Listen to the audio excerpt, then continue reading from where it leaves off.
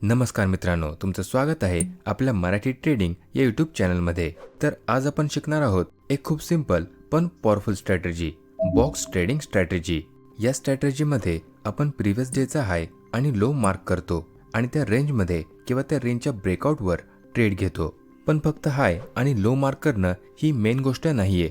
खरी गोष्ट आहे ट्रेड कधी घ्यायची, कुठल्या लेवलवर एंट्री घ्यायची आणि स्टॉप लॉस नेमका कुठे ठेवायचा, हे सगळं आज आपण स्टेप बाय स्टेप समजून घेणार आहोत।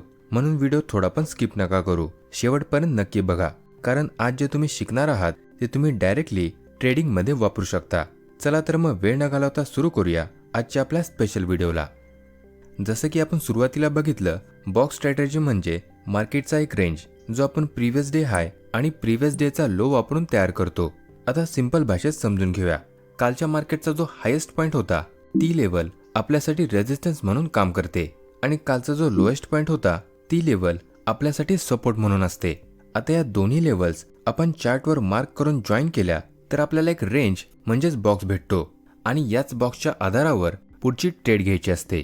आता या स्ट्रॅटेजीमध्ये ट्रेड घ्यायची असेल तर काही इम्पॉर्टंट कंडिशन्स आहेत। सगळ्यात पहिली गोष्ट, मार्केटची ओपनिंग। जर मार्केट या बॉक्सच्या आतच ओपन झालं म्हणजे फ्लॅट, गॅप अप किंवा गॅप डाऊन ओपन असेल, पण या रेंजच्या आतच ओपन असेल तर प्रीवियस डे हाय रेजिस्टन्स म्हणून काम करेल आणि प्रीवियस डे लो सपोर्ट म्हणून काम करेल। पण जर मार्केट प्रीवियस डेच्या हायच्या वर ओपन झालं तर तीच लेवल सपोर्ट म्हणून काम करायला लागेल आणि जर मार्केट प्रीवियस डे लोच्या खाली ओपन झालं तर ही लेवल रेजिस्टन्स म्हणून काम करेल। म्हणजे मार्केटची ओपनिंग बघूनच आपण डिसाईड करू शकतो की आपली ट्रेड बुलिश घ्यायची की बेअरिश। आता इथे सगळ्यात इम्पॉर्टंट रूल लक्षात ठेवा, मार्केट ओपन झाल्यावर पहिल्या 15 मिनिटात कोणतीही ट्रेड घ्यायची नाही। हा फिक्स रूल ठेवा, कारण पहिल्या 15 ते 20 मिनिटात मार्केट आपली डिरेक्शन ठरवत असतो आणि आपलं काम आहे ती डिरेक्शन समजून घेणं आणि मगच प्रॉपर कन्फर्मेशन मिळाल्यावर ट्रेड घेणं। आता हेच एक्झाम्पल मध्ये समजून घेऊया। इथे मार्केट 9 वाजता एकदम मोठ्या गॅप डाऊनने ओपन झालं आणि हा गॅप डाऊन इतका मोठा होता की तो प्रीवियस डे लोच्या खूप खाली ओपन झाला। आता थेरॉटिकली आपण प्रीवियस डे लोला रेजिस्टन्स मानू शकतो, पण प्रॅक्टिकली विचार केला तर त्या लेवलपर्यंत मार्केटला जायला जवळपास 500 ते 600 पॉईंटची रॅली द्यावी लागेल आणि निफ्टीमध्ये इतका मोठा मूव्ह एका दिवसात खूप रेअर बघायला भेटतो। म्हणूनच ज्या दिवशी मार्केट अशा प्रकारे मोठा गॅप अप किंवा गॅप डाऊनने ओपन होईल त्या दिवशी बॉक्स ट्रेडिंग स्ट्रॅटेजी अवॉइड करायची। त्याऐवजी त्या दिवशी मार्केटची प्राइस ॲक्शन बघूनच ट्रेड घ्यायची, कारण अशा दिवशी मार्केटचे नॉर्मल रूल्स काम करत नाहीत। आता हा आपण बघितला मागचा दिवस, ज्या दिवशी आपल्याला बॉक्स स्ट्रॅटेजी वापरायची संधी मिळाली नाही, पण याचा पुढचा दिवस खूपच इंटरेस्टिंग होता। काय झालं ते बघा।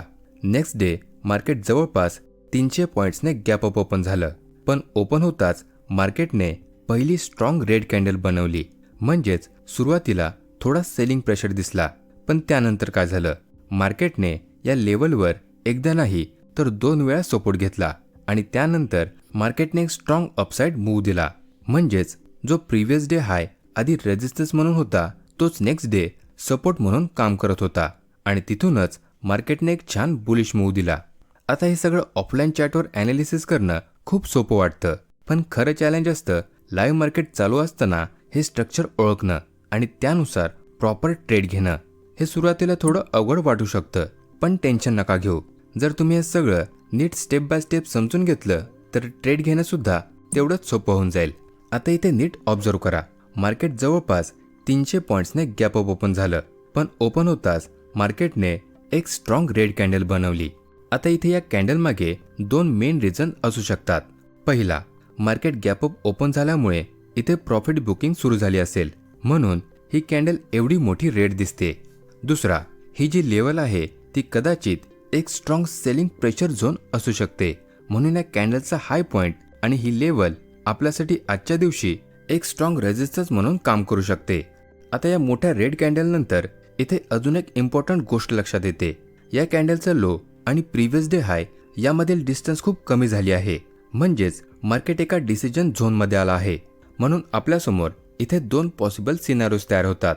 पहिला, मार्केट इथे थोडा वेळ कन्सोलिडेट करेल आणि मग ही लेवल ब्रेक करून खाली जाईल। अशा वेळी आपण इथे पुट ऑप्शनमध्ये ट्रेड घेऊ शकतो। दुसरा, मार्केट या प्रीवियस डे हाय लेवलवर सपोर्ट घेईल आणि तिथून रिव्हर्स होईल. अशा वेळेस आपण इथे कॉल ऑप्शनमध्ये ट्रेड घेऊ शकतो. म्हणजेच इथे ब्लाइंडली ट्रेड घ्यायची गरज नाही, कन्फर्मेशनची वाट बघायची आहे. आता इथे लक्ष द्या, या मोठ्या रेड कॅन्डल नंतर मार्केट लगेच खाली पडलं नाही. त्याऐवजी मार्केटने इथे 2 लॉंग विक्स कॅन्डल बनवल्या. याचा अर्थ सेलर्स प्रयत्न करत होते प्राइस खाली ढकलण्याचा, पण त्याच वेळी बायर्स स्ट्रॉंग होते आणि ते प्राइस खाली येऊ देत नव्हते. म्हणजेच इथे आपल्याला एक सपोर्ट तयार होताना दिसतोय. त्यानंतर मार्केटने 2 स्मॉल रेड कॅन्डल बनवल्या, म्हणजे अजूनही थोडा सेलिंग प्रेशर होता.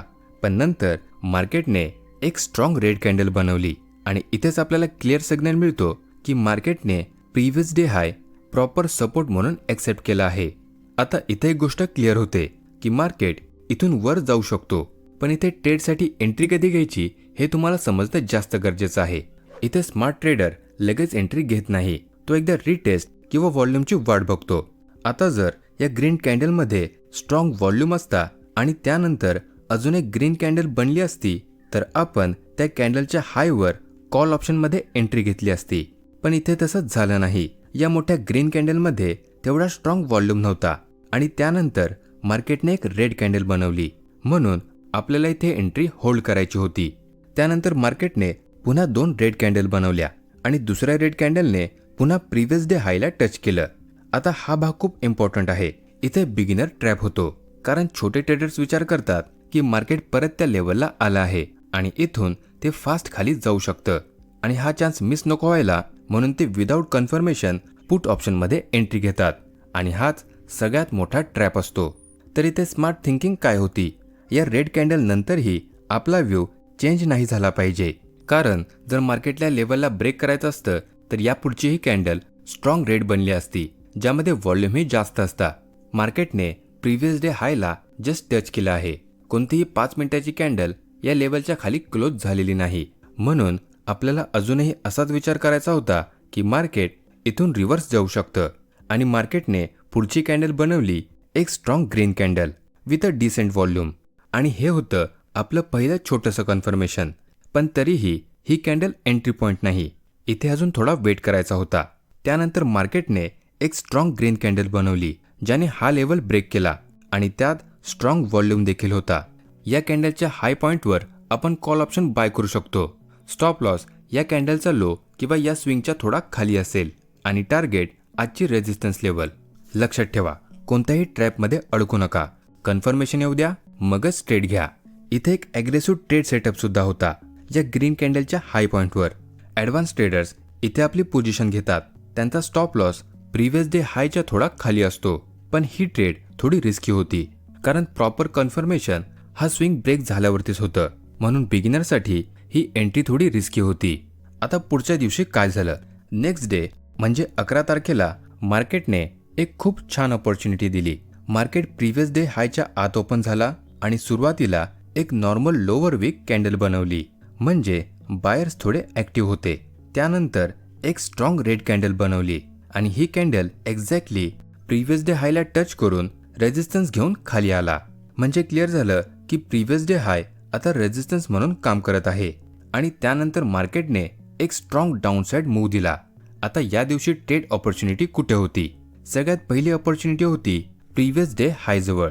जसे की आपला पहिला रूल आहे की आपण पहिल्या 15 मिनिटात मार्केटची डिरेक्शन ऑब्झर्व करतो आणि त्याप्रमाणे मार्केटने सुरुवातीला 15 मिनिटात एक क्लिअर डाऊनसाइड मूव्ह दिला.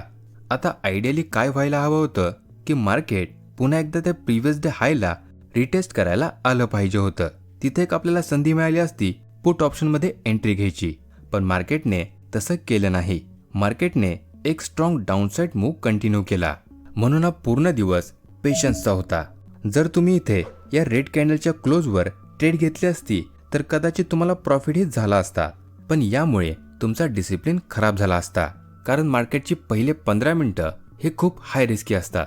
यामध्ये कोणतीही ट्रेड घेणं हे रिस्की बनू शकतं, म्हणून नेहमी लक्षात ठेवा तुमच्या स्ट्रॅटेजीच्या बाहेर कोणतीही ट्रेड घ्यायची नाही. हा एकच रूल तुम्हाला मोठ्या लॉसपासून नेहमी दूर ठेवेल. आता पुढे काय झालं, मार्केट जवळपास 1 तासातच प्रीवियस डे लो जवळ पोहोचला आणि तिथेच आपल्याला पुढची संधी मिळाली. आता प्रीवियस डे लो जवळ आपले 2 व्ह्यूज पाहिजेत. पहिला, मार्केट इथे सपोर्ट घेईल आणि रिव्हर्स होईल, तेव्हा आपण इथे कॉलमध्ये एंट्री घेऊ. दुसरा, मार्केट ही लेवल ब्रेक करेल आणि तेव्हा आपण इथे पुट साईड एंट्री घेऊ. आता इथे आपल्याला रिव्हर्सलसाठी काय पाहिजे? Strong green candle, strong volume, proper confirmation. पण इथे झाला एक ट्रॅप. या रेड कॅन्डल नंतर एक long lower wick green candle बनली. पहिल्या नजरेत वाटतं की मार्केट इथून रिव्हर्स होणार आहे, पण ही एक फेक कॅन्डल होती जिला लिक्विडिटी स्वीप सुद्धा म्हटलं जातं. आता लिक्विडिटी स्वीप म्हणजे काय? मार्केट आधी जिथे ट्रेडरची जास्त एंट्रीज किंवा स्टॉप लॉस असतात तिथे जातो आणि त्यांची लिक्विडिटी कलेक्ट करतो आणि एक स्पेसिफिक डायरेक्शनमध्ये स्ट्रॉंग मूव्ह देतो. इथे एक्झॅक्टली तेच झालं. या ग्रीन कॅन्डलने जे ट्रेडर्स पुट बाय करून बसले होते त्यांना ट्रॅप केलं. त्यांच्या एंट्री घेतल्या आणि मग थोडं वर जाऊन त्यांचा स्टॉप लॉस हिट केला आणि त्यांना बाहेर काढून एक स्ट्रॉंग डाऊनसाइड मूव्ह दिला. पण मग अशा ट्रॅपमध्ये सही एंट्री कुठे होती? तर लिक्विडिटी स्वीप नंतर. इथे मार्केटने 3 स्ट्रॉंग रेड कॅन्डल बनवल्या आणि त्या रेड कॅन्डलमध्ये व्हॉल्यूमही वाढताना दिसतोय. सगळ्यात इम्पॉर्टंट म्हणजे तिसऱ्या रेड कॅन्डलने त्या ग्रीन कॅन्डलचा लो देखील ब्रेक केला आहे आणि स्ट्रॉंग क्लोजिंग दिली आहे. हेच होतं आपलं कन्फर्मेशन. इथेच होते आपली एंट्री त्या रेड कॅन्डलच्या लो पॉईंटवर. स्टॉप लॉस प्रिव्हियस डे लोच्या थोडा वर असेल आणि टार्गेट नेक्स्ट लिक्विडिटी लेवल. नेहमी लक्षात ठेवा, मार्केट आधी ट्रॅप तयार करतो आणि मगच स्ट्रॉंग मूव्ह देतो. स्मार्ट ट्रेडर ट्रॅपमध्ये अडकत नाहीत. ते कन्फर्मेशनची वाट बघतात आणि मगच एंट्री घेतात. तुम्हालाही ट्रेडिंगमध्ये जास्त वेळ टिकायचा असेल तर कन्फर्मेशन मिळाल्याशिवाय कोणतीही ट्रेड घेऊ नका. जसं की मी नेहमी सांगतो, ट्रेडिंगमध्ये जास्त इंडिकेटरची गरज नाही. गरज आहे ती फक्त क्लॅरिटीची. तुम्ही ट्रेडिंग जितकी सिंपल ठेवाल तितकंच तुम्ही मार्केटमध्ये जास्त काळ टिकून राहाल. तर मार्केटचा अभ्यास करत राहा, चार्ट्स ऑब्झर्व करत राहा. या बॉक्स ट्रेडिंग स्ट्रॅटेजीचे अजून काही पॉवरफुल एक्झाम्पल आपण पुढच्या भागात बघणार आहोत. पण त्याआधी जर तुम्हाला आजची व्हिडिओ आवडली असेल तर व्हिडिओला लाईक नक्की करा आणि चॅनलला सबस्क्राईब करायला विसरू नका. आणि हो, या व्हिडिओमध्ये तुम्हाला काही डाऊट असेल किंवा काही तुमचे प्रश्न असतील तर तेही तुम्ही कमेंटमध्ये विचारू शकता. चला तर मग भेटूया पुढच्या भागात.